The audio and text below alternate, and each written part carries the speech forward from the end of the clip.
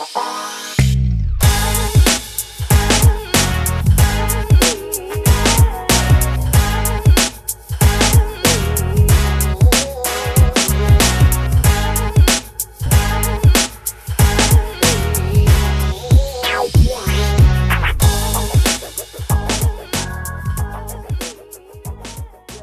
I have the privilege and honor to be sitting down and having an interview with the first lady mayor and the youngest of the City of Doral, Mrs. Christi Fraga. Thank you. Thank you so much, George. Seth, welcome to the City of Doral. Welcome to the mayor's office. Thank you. I'm excited to be on your podcast. Awesome. It's an honor. It's an honor, for real, to be sitting here with you. So tell us a little bit about your background and kind of how you've been amazingly successful and how you started. I know you went to school here. Yes. You attended high school. You went to St. Brendan. Yep. Yeah, and then FIU. So I was born and raised right here in Miami-Dade County. I come from Cuban American parents. My parents were born in Cuba. Family came in the late '60s. Yeah. So I was born here, but no short of my Cuban roots and heritage. So I lived in Doral now for 22 years. So grew up here. It's been incredible to see the city's changes and be a part of that growth. When I was going to high school, living here, no high schools in Doral. I mean, the city was just starting up. We're celebrating 20 years today. Wow. We're celebrating 20 years this year. Yesterday, we celebrated our first council meeting ever. We had a really nice reception commemorating, those milestones. So I've lived here for 22 years. At the time, there was no high school, so I went to St. Brendan. And a couple years later, the high school here opened up. So it's been incredible to be a part of the city's growth and really be able to participate in leaving that legacy for those who come after us. I decided to raise my family here because I saw the incredible opportunities. We really have amazing schools, public, charter, and even private schools. But we've got, I believe, some of the best schools in the district. I also served on the Miami-Dade County School Board. So I can say, I think, maybe a little biased, but that Doral has the best schools in all of the district. And we see it. We see a lot of people move here. I mean, the three reasons why people choose to live in Doral is great schools, safety. It's a really safe community, that family feeling, our parks, and location. I mean, that's really. I think it's the fastest growing city, right? It was the fastest growing city for a couple years there. Was that nationwide or is it statewide? It was statewide between 2012 and 2016. Yeah. It was one of the fastest growing cities. We had that title for a bit. We're still one of the fastest growing cities, I'm sure, in Miami-Dade. I mean, in Florida and probably in the nation. But the growth has. The rapid growth has slowed down a lot. Which is a good thing. It's a lot more controlled, it's extremely important that we have that controlled growth.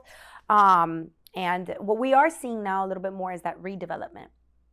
Some of those older properties that are being repurposed for something else, especially as, our master plan was created in 2007 and it has, slightly evolved based on what's happening on Doral Boulevard and on 25th Street. We are seeing some of those areas being repurposed. Tesla just purchased a building on 25th Street that we just approved the site plan at the last council meeting, the last zoning meeting. An incredible building, old building that they bought, and what they are going to do with that is just love it. It's going to revitalize 25th Street, which is a commercial corridor, but absolutely needs that TLC. Yeah. And so I'm super excited about that, and we are welcoming Elon Musk and Tesla to us. That leads to my next question. Live local. Yes. I mean, that has been kind of going bonkers here in Miami and everywhere. New development. It's a hot topic for us. All these developers have followed, but I actually passed a moratorium on the Live Local Act. Recently, one of the developers on 36th Street. Yes. Because we have actually friends and family in Costa del Sol. That's where I live. So Costa del Sol, yeah. It directly affected. So we passed a moratorium. Listen, I am not a proponent of moratoriums. First of all, moratoriums it is a tool that you utilize to fix a problem, right, in the short term. You can't do it in perpetuity. Moratoriums are supposed to be in an effort to solve a situation that could impact quality of life. And that's really what we see this as. There are concerns with the law, while I think had very good intentions to deal with a huge problem in South Florida, which is rising costs of living and house prices. I think that it did not take into consideration enough the impacts that it makes to communities like ours that has a lot of organic growth. We actually have been, leaders in the workforce housing sector, where we passed a local ordinance in 2014 to incorporate workforce housing incentives in our code. So we already have them, and actually we had a property owner that took advantage of it, and so we have one property that's done it. It maybe hasn't happened to the rate that we would like it to, because land cost is expensive. And so I think all of those things have to be taken into consideration. But my biggest concern of the Live Local Act is the preemption, where it strips away the authority of local government to be able to dictate or to enforce the vision that we've set out for the city, particularly when it comes to height, density, and use. Use even so much, I think there's ways that we can, mitigate that. But height and density can really completely change the characteristics of a neighborhood. So take Costa del Sol, for example. It's a traditional neighborhood, 2-story homes. You abut a 12-story building to those homes, and you're causing a lot of environmental issues with the shadows it could cast over the golf course. You've got setbacks. Our code is not prepared. So when you talk to the legislators, which I have, most of them, all of them from Miami-Dade County about this bill, and I actually brought some of them to a community workshop I had with Costa del Sol recently, where they could hear directly from the residents that were concerned about how this was going to affect us. One of the things that they tell you is, well, we built in certain resources, tools within the bill that allow you to apply your code on an administrative level. So setbacks, landscaping, concurrencies, things like that. Sure, but our code is written with our master plan in mind, right, and what we would allow in certain neighborhoods. But now you've kind of thrown a curveball at me, where my code does not address a 12-story building next to a traditional neighborhood. Right. So now I have to fix my code to be able to address that. Additionally, our code did not address, for example, if you were taking into account this bill, well, do we want an affordable or a workforce housing building to be solely workforce, or do we want it to have mixed market units as well, so that you're not isolating these types of units and then, possibly letting a building deteriorate? Those are things that the law did not address. And many of the senators I've talked to are like, well, that was our intention. I go, well, it doesn't say it in the law, so you've kind of left it open to interpretation. Our code doesn't say so, so now we find ourselves in a way that we can't review these plans, and it doesn't come to city council. It's all administrative. So that puts a huge onerous burden on our staff to make those determinations. So what we did was we put a moratorium to be able to now review our code, taking into account these effects, so we can put safeguards in to mitigate the impacts to our community. We still are preempted on height, density, those things that really will affect us. This could really change the characteristics of a neighborhood. The other thing I don't think that was thought of was, I think this type of bill should have been identified more for transit corridors, because when you're talking about workforce housing, affordable housing, these are most likely families that need transit options, or that are more inclined to having one vehicle, taking public transit. So you need to put it in areas where they have access to these, to these resources and to these 100%. Into these services. If you think about areas that are highly industrial, which is what this targets as well, is they want to revitalize industrial areas and put residential and kind of utilize properties that may have been devalued. A lot of times you have environmental issues, you have food deserts where you don't have grocery stores at easy access. So I think that there's a lot of challenges that they really didn't think about, or put enough thought process into. And this bill passed really fast. I heard about it in February. I got elected in December, was sworn in. Really, by the time I got to work here, was able to put my team together, was late January. I heard about it in February. I immediately took off to Tallahassee. It was the first bill heard on the Senate floor. Passed. It was signed by March. Yeah, it was quick. Didn't give us really a lot of time to, give input or object. Again, intentions may have been great. I'm really concerned with the way it's going to impact a lot of our communities. Traffic alone, that's going to be in the middle of what, is that 97th? Yeah, so there's one particular application that is been filed on an 18-acre property which abuts Costa del Sol, which is a redevelopment. It is a repurposing of an old site, mostly surface parking right now and 2 office buildings. And they're, trying to put like 10 to 12 story building. 10 to 12 story buildings, and a lot of uses. And so residents are really concerned. I'm very concerned. So, I'm hopeful that the developer will see the impacts it could cause to the community. I think he could be a great neighbor and could do something really nice, but within our, something that is within the obtainable. It's hard to convince. The vision of the city. So, we're hoping we could sit with him and say, look, this is what you could do under our normal plan. How can we work with you so that you don't end up doing something that will really, really detrimentally impact you and the residents that have been here for a long time, sure. And that we could accommodate, what your vision is for your property. So it is a tough balance. I think Doral has been great about keeping a healthy balance of commercial, industrial, residential, something you don't see in most communities. Either you see a lot of residential, you see a lot of commercial, a lot of industrial. We've kept a really good balance. This is one of the only cities that's like a true downtown. It is. We had a particularly special opportunity to have a blank canvas as a city. If you walk over to our cultural center right now, we have the exhibit up of our 20 years. And I was looking at the maps from just 2004, 2003, that we incorporated, to where we are today. And you see how that development has taken life, and how we were just mostly vacant land. So we had the ability to really envision what we want, and it's a special place. Using Doral as a case study, how do you see the Live Local Act kind of playing out? Because I'm sure there's mayors all over the state that are having the same issue. So I've had a couple conversations with other mayors and elected officials. I was at the Florida League of Cities just a couple weeks ago. We definitely had a lot of conversation about this. A lot of cities are concerned that they can't do anything because of the preemption. I mean, there hasn't been a successful lawsuit against preemption ever in the history. There's never been a case that's been won by a local municipality against the state. So we really have to work with getting the legislature to amend or file what's called a glitch bill. And that's what we're going to work towards for this coming session. Again, intentions were great. I'm all for the fact that we need attainable, affordable workforce housing. But again, I think that there's a lot left to be desired from the way this law was crafted.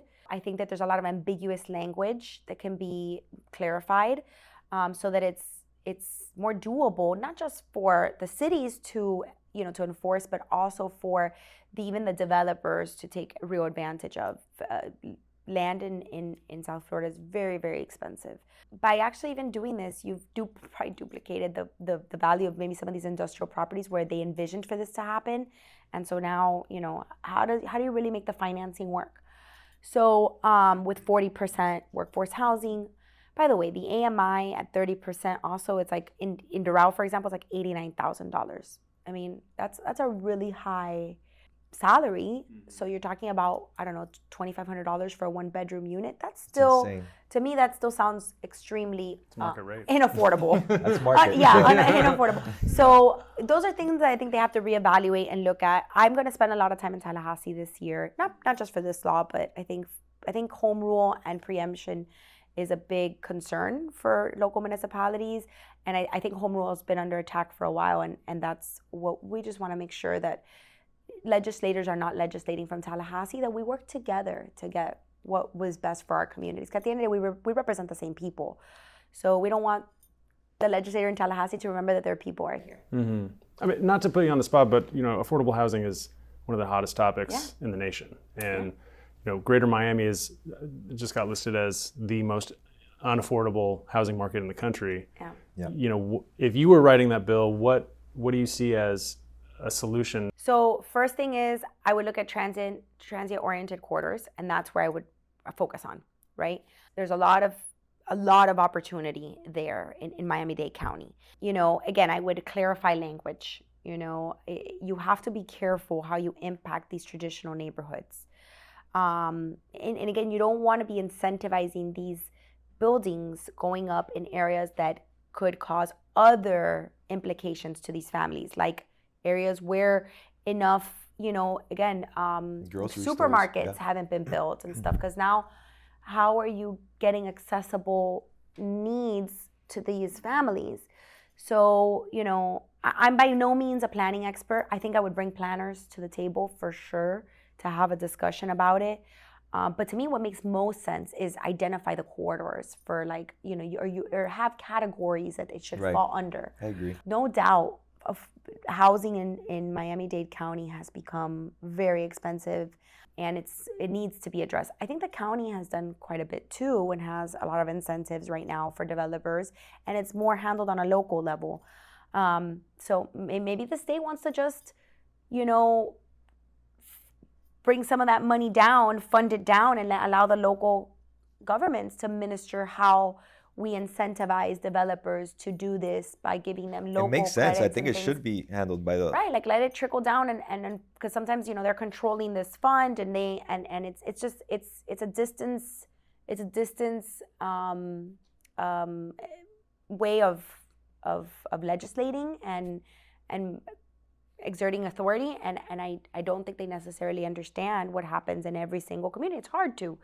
So, we're hearing it straight from the people all the time.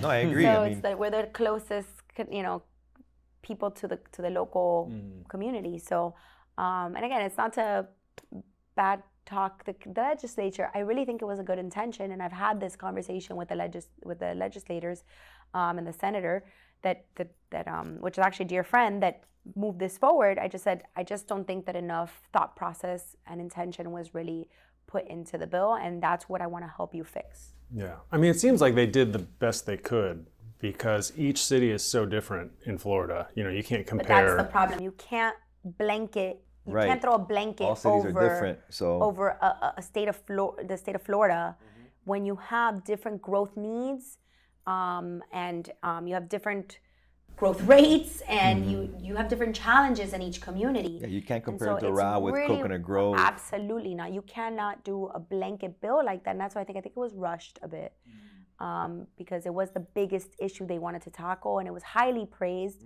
But then when it was time to put it into practicality, which happens a lot, in theory things sound great, in practicality not so much. And that's what happened when the practicality sat in, and we got this application, and my planners looked at this and they were like, "Oh my goodness, how do we deal with this? This is a problem." And then the community got a hold of it. It's a whole different became game a whole now. it became a whole different problem. So that's really where I think we're gonna see those challenges and have to find solutions. That begs the question, not to mention skyrocketing insurance rates right now. Yes. So That's like everyone is complaining, commercial that property and, I mean, owners, it's everything that has to do inflation, with and yeah, it has to do with the cost of living, right? Everything has gone up, from housing, insurance, a big deal for Florida. And again, I think that the legislator has band-aided that, and they need to really pull that band-aid and find a solution. I don't know what that solution is. I'm by no means an expert on that either. Something that I've started to kind of understand a little bit more or learn about, because I get the calls too, and the concern from the residents, and not everybody has been impacted at once, so you feel it in little pockets, but it is a huge concern, and we're seeing more of these companies pull out of Florida. Switching gears a little bit, the annexation has been a hot topic among this community. Tell me about it. For so many reasons. We've been involved in representing the owners that were getting or trying to be annexed to Virginia Gardens and Miami Springs. Yes. So an area between the 826 and the canal, from 12th Street up to the Hialeah The little pocket that a lot of people think is Doral. Right. they confuse them all the time. Yes. Happens around a lot here. Around here. The same thing with like Dolphin Mall, and they're like, they think it's Doral, like it's not Doral. We canvassed, we spoke to almost all the owners in that area, and overwhelmingly, their concerns were being taxed inappropriately. What were they gonna get in return? Why, if it's not broken, why fix it? Not saying that. I'm not putting words in your mouth, but if in the future Doral were to submit an application to annex one of those areas, what would you say to calm the fears of those owners? So let me just say right now, Doral has no intention of trying to annex that area. A lot of those mayors are my friends, and I know the needs that they have in growing their community so they could bring down their millage rate and their intentions of that area. And I know that area has been a hot button of contention for a while. Here's what I would say. So I'm trying to annex 2 areas right now that are not there, that are north of my city. And it's actually been 2 applications we've had for 18 years in the county. And they've just been kickballed each time. I think we're finally in a place where they were at least approved last year in July. They're just sitting at the commissioner's desk. We need him to push it forward so that we could get the 2 areas, which I've been pushing for tremendously. It would be a huge benefit to Doral because it is a new income, it is a new tax base for us. We do have the lowest millage rate in Miami-Dade County, so we have something to kind of appease. There you go, property owners. Appease to. We do have something that appeases, that can create that attractive, incentive.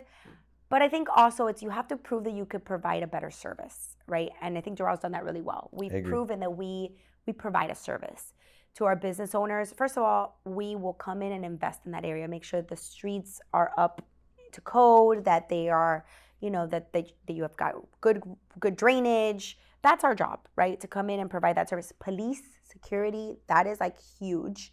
So we do a really great job of policing. Everybody has some crime, but we have a message of zero tolerance. We're not going to accept any tolerance of crime. Again, I'm not saying that there's no crime, but we have probably the lowest in the county. And we are very, very strict, and we see every case to its close. So you have to see we have an economic development division that really goes out and makes an effort to bring the community in, to support each other, to make sure industries are connecting, that they're profitable, they're prosperous amongst their own community. We try and get an understanding of what value there is in bringing you all together and being successful. We want to see businesses flourish and grow in our community, not close. Obviously, there is a burden of having to go through a whole nother building department. Besides county, you got to come to Doral. But we really try and make it an easy process. We have, kind of a hand-holding, start to finish process. There's a lot of accessibility. So I would say those are the key points that the cities have to utilize to sell to these areas that why should you want to be in a municipality? These are the reasons. I understand. And the whole, if it's not broke, don't fix it. Well, it kind of is. A lot of these county areas, unincorporated areas, no offense to the county, but they're huge areas, is that they just don't get the attention that you would get if you're in a municipality. Sure, now you have to deal with code compliance and things like that, but it all raises your property values. To be able to say you're inside this municipality, whatever X municipality that is, if it's Doral, it's usually more, but no, just kidding. But if you're inside a certain municipality, it does raise your property values because you're getting an additional service that you're not getting when you're in the county.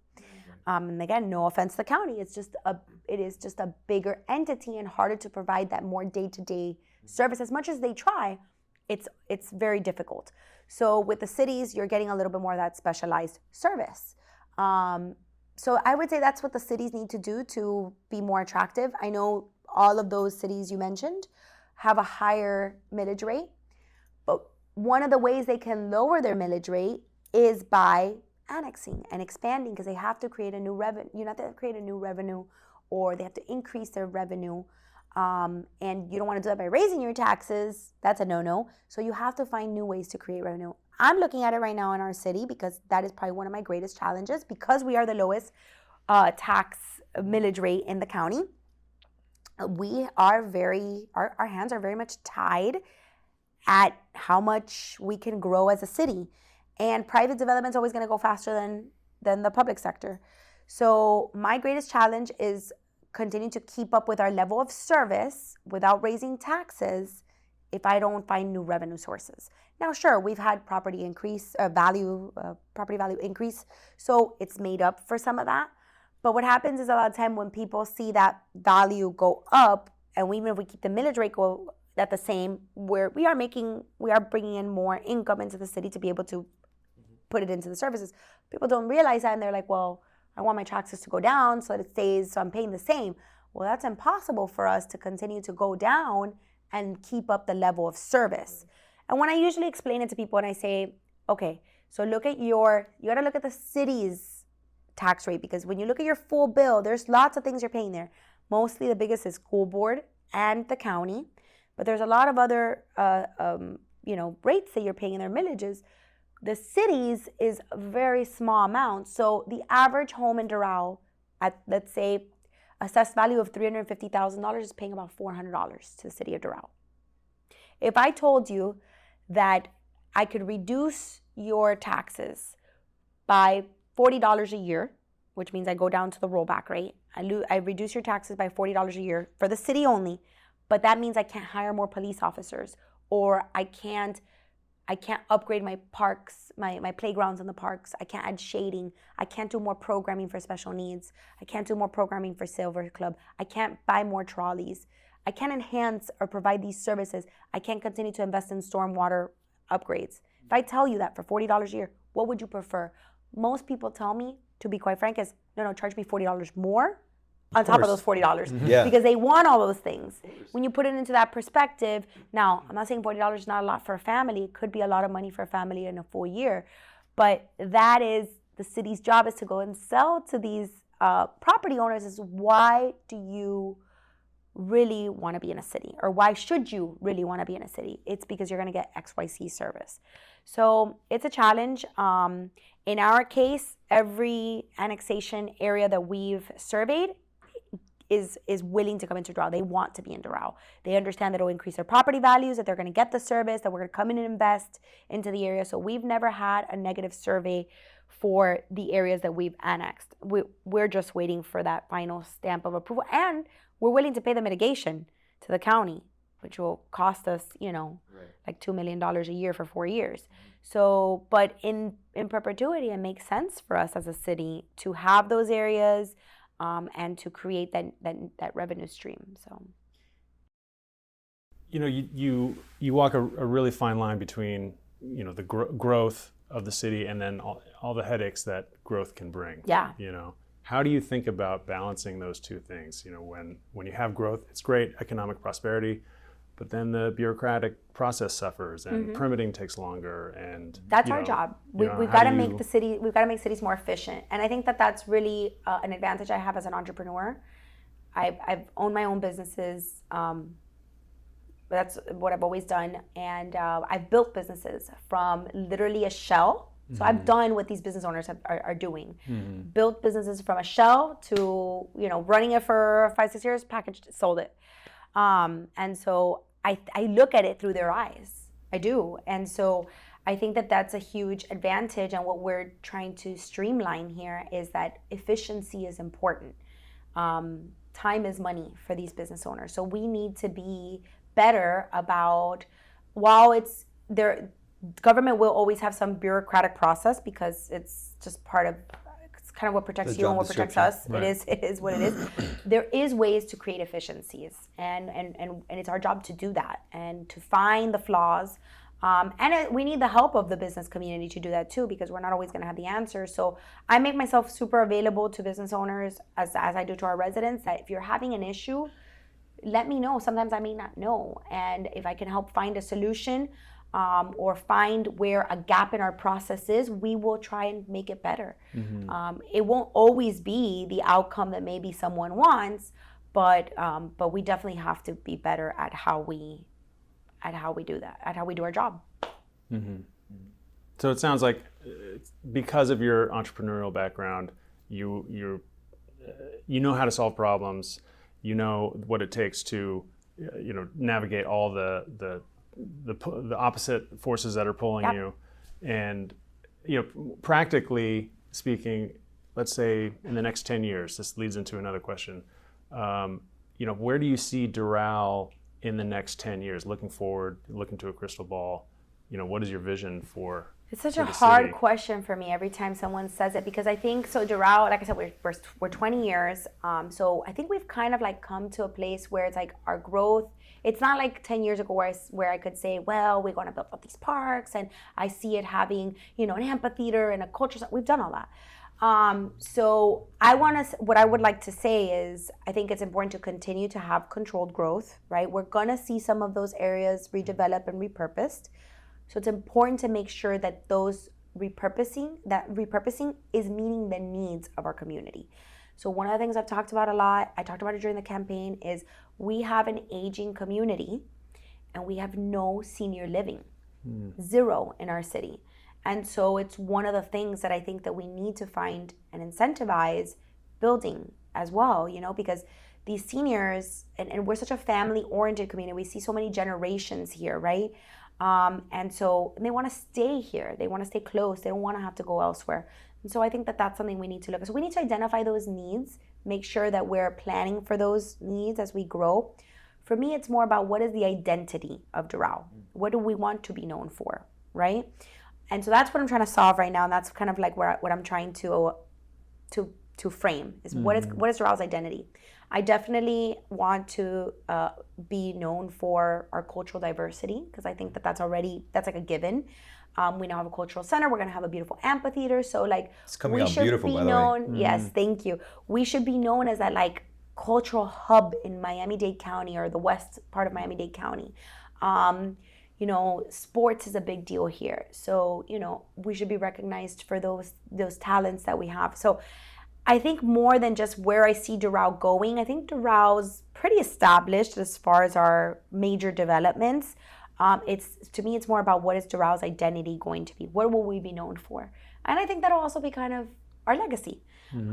So it's a challenging question. I don't have the exact answer, but I kind of think I know where I'm framing it to go. Well, what project are you most proud of up to date? I know you've been working a lot, but what project? Well, I'm proud of a lot of projects that we've had here in Doral. I always love when we get to open our park. So I was part of Doral Legacy Park, Doral Glades Park, the opening of those, and every time I go into them, it's such a such a fulfilling feeling to be there and be able to know that I had a part in that, and to watch the kids enjoy it and families enjoy it brings a lot of warmth to my heart. I want to say my most proud project will probably be Doral Central Park once we have it open next summer. I mean, it's looking I think amazing. It's going to be incredible, and I think we've been able to kind of fix the challenges that we ran into when we got here. So I was a part of the initial stages of that, but then a lot changed, and that's why it took so long, and got a little out of control, and the bond wasn't handled the way it should have been. And so we came in, and it was like go into fix mode and make the best of it. And I think we've been able to do that efficiently. And so now I just want to make sure that we open it and that families can enjoy it. And actually, my biggest fear with it is that people come in and they have greater expectations than what it is. And so I want them to come in and it meet their expectations. So that's like, I think my biggest fear is that it won't meet the expectations. We've built it up so much and they've seen so many different renderings of it. So we're gonna actually start doing workshops now in the community in the next couple of weeks that will show people what to expect, because we did have to roll back some things that just were crazy out of they just, it was not feasible. This was not the Taj Mahal of parks. But we did want it to be somewhere where people could create lasting memories. I mean, just the fact that you're doing it, I think speaks volumes, because most mayors, most cities won't even touch it. Won't even touch a park. It's going to be 82 acres. That's incredible. And now I'm looking at ways to kind of incorporate the community in the identity of what it'll be. So we have like this beautiful water tank that I want to do a mural on, and I want the community to come out and paint it. So those are things you see in small towns. Right. And I feel like we still have that small town feel, but we're a big city. Yeah. And so I want to incorporate some of those things. I think it'll be a lot of fun. Yeah. That's great. Yeah. That's great. Yeah, I mean, with the park, not to harp on it, but I mean, I think with the parks, it's not an easy, we do this, we see this benefit. But it's more of a soft approach of, look, this is a thing that the community needs, and it's just going to help everyone want to be here. Ultimately, it's going to bring more development for other areas because people want to live here. So I sat in at the Florida League of Cities. I sat in a conference that said, "What makes communities livable forever?" Yeah. And the primary response was parks. was parks. That was really families. That's where families go. Yeah, and even seniors, right? They want to be able to get together with their other friends, and so this park will have an 80,000 square foot rec center. The seniors will have their own room. We're actually building a teaching kitchen where we can have classes for them for special needs, even for date night, like have cooking classes. Yeah, that's cool. Yeah, that's one of my favorite parts of it. We're gonna have a little kids watch center so that if you want to go use the gym, you can leave your kid and we'll have like a little child watch. That's perfect. The teens I'll be will there. have their room. I mean, it's gonna be incredible. Incredible. We're gonna have a little cafe.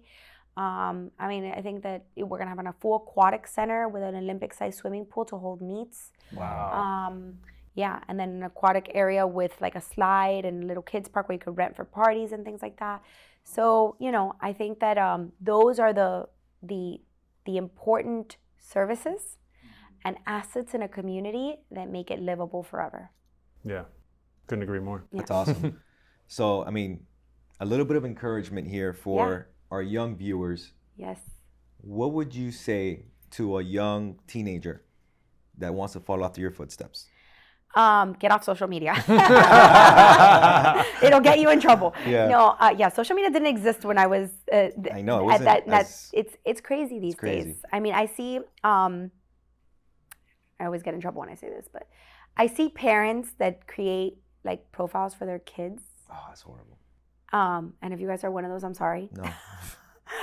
I'm not criticizing it. I'm just saying, like, do you realize what you're doing to you're putting a footprint, like you're putting a fingerprint out in this AI world, in this, social media world that Mind can never be controlling. taken back.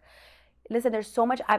Every year I host a back to school expo, but for parents, parent volunteers, and teachers. Good. Nobody else does this. I've done it for 8 years. We do it every year, and I bring speakers. This year, I'm bringing a speaker who talks about child identity theft. It is a huge business. People don't know it, and you know what's AI happening? stuff has been going crazy. Yes, it's really dangerous. It's real. It's really dangerous. Look, I put up some pictures of my son on my page, and my husband gets so mad because my husband's super private. My husband doesn't have Facebook, doesn't have Instagram, doesn't have nothing. Like, he's never had any social media because he believes in protecting his identity and his stuff because it's real. Like, that's how people get their stuff stolen. I'm a public figure, so I have to have it. It's literally part of my job to have that. And I share my life with my son and stuff, and like everybody knows like where I live and where my son goes to school, which is crazy. But it's such a fine line. It's so sensitive. It's so it's so hard to manage, and for a teenager, it could get you in so much trouble if you don't know how to manage it. So literally, my recommendation is like, be careful what you're putting online. Yep. It's there forever. If you imagine being on social media when I was in high school. exactly, like, we make mistakes. I mean, every young kid makes mistakes, stupid mistakes that you're like, wow, that was dumb. But you learn from them. That's what makes us and shapes us to who we are as adults. As much as parents, we don't want them to make those mistakes. Yeah, you gotta hit a wall or two to know how to climb over the wall next time. So that's just part of life. But social media has made it dangerous for these kids in the sense. So I always, whenever I go speak at career days and things like that, I always tell them, I'm like, I know you all have social media, and that is part of life today. Learn to make it work for you, not the other way around, right? They use you.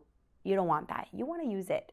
So if you want to be an entrepreneur, if you want to be in public service or whatever it may be, just recognize that what you may put out there for what you think is a minute turns out to could be for a lifetime. So just be very careful with that, and that's usually what I say to them. And of course, that you can do, and I know every parent tells this to the kid, but you can really do whatever your heart desires, whatever goal you set out for yourself.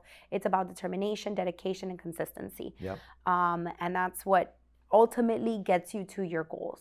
And surrounding yourself with like-minded people that are there to lift you up, that are there to, pick you up when you're down, and to lift you higher when when you feel like you've reached your limit. And that's really the best advice I could give them. As I get older, I notice they don't listen to me as much. When I was 23 and an elected official, they would like to listen. Now I come and they're like, you're just another older lady. And I'm like, okay, I'm getting there. So, it's hard because they like to have peer-to-peer communications. And sometimes they don't realize that it's important to find a mentor, find somebody that you can emulate. So. What drew you to public service at 23? Psychotic. I don't know. Yeah. It was funny. My mom always said that I would, she always knew I was going to be like something, a leader in something, because I was always inventando. She said I was always like coming up with ideas, or like whenever there was an event at school, it's like I wanted to host a meeting at my house and I would invite everybody over. And those are leadership traits. My you had parents already. worked full time. So it was like, my mom always said I was always inventando. I was always, inventing ideas. So I never thought I would be in politics, to be quite honest. I wasn't one of those kids that was like, I'm going to be in politics. No, I was in student government and got involved in school a lot, and I was in clubs and things like that.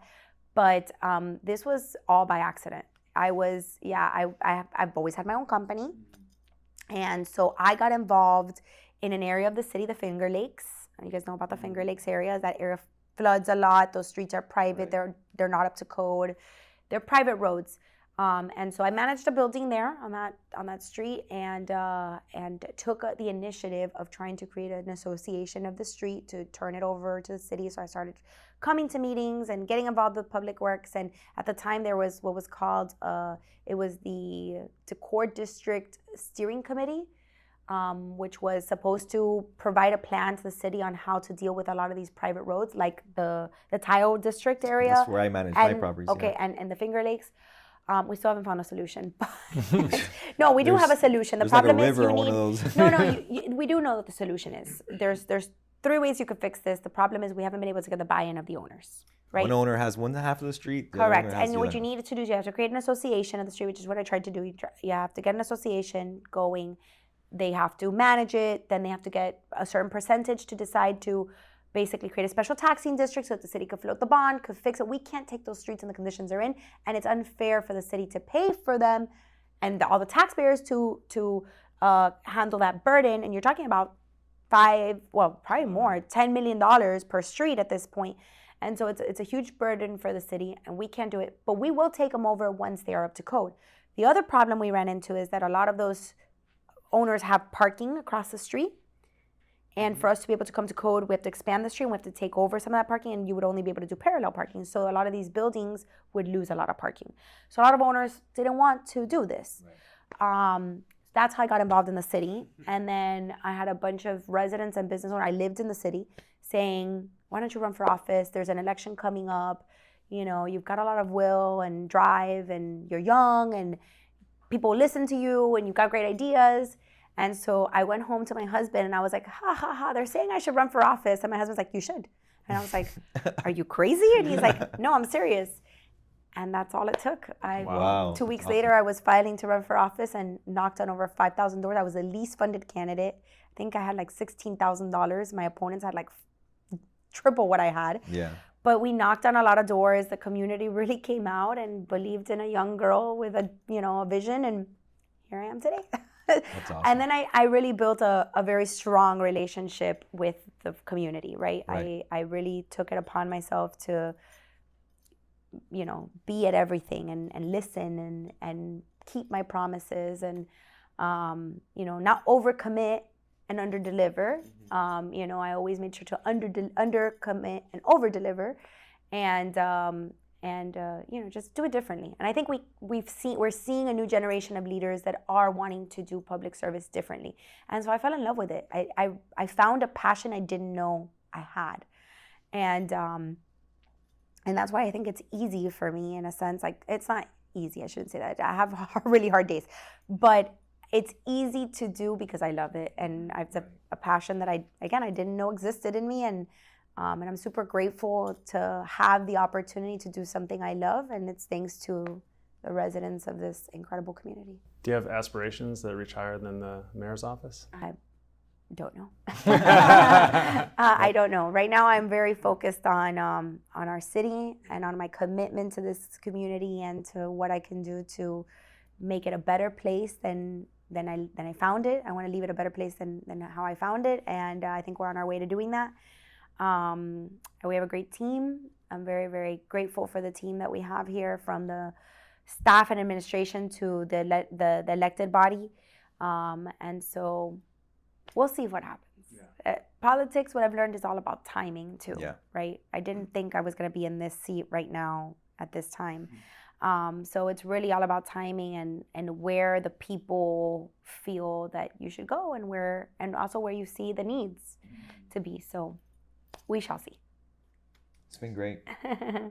Christi, thank you so much. Thank you, Thanks for guys. your time. It was Thank you so much for awesome. having us. Awesome to have you here in the mayor's office. You guys have to come to my podcast. Yes. Yes, for we sure. have In the City con Christi, which we do right here too in the mayor's office. And the idea is to open the doors to City Hall and let you all in and see what it is that not only our incredible team does here inside City Hall, but also what are the incredible leaders, business owners, and residents of our city are doing. Yeah, It's a great way for to sure. kind of draw attention to Doral.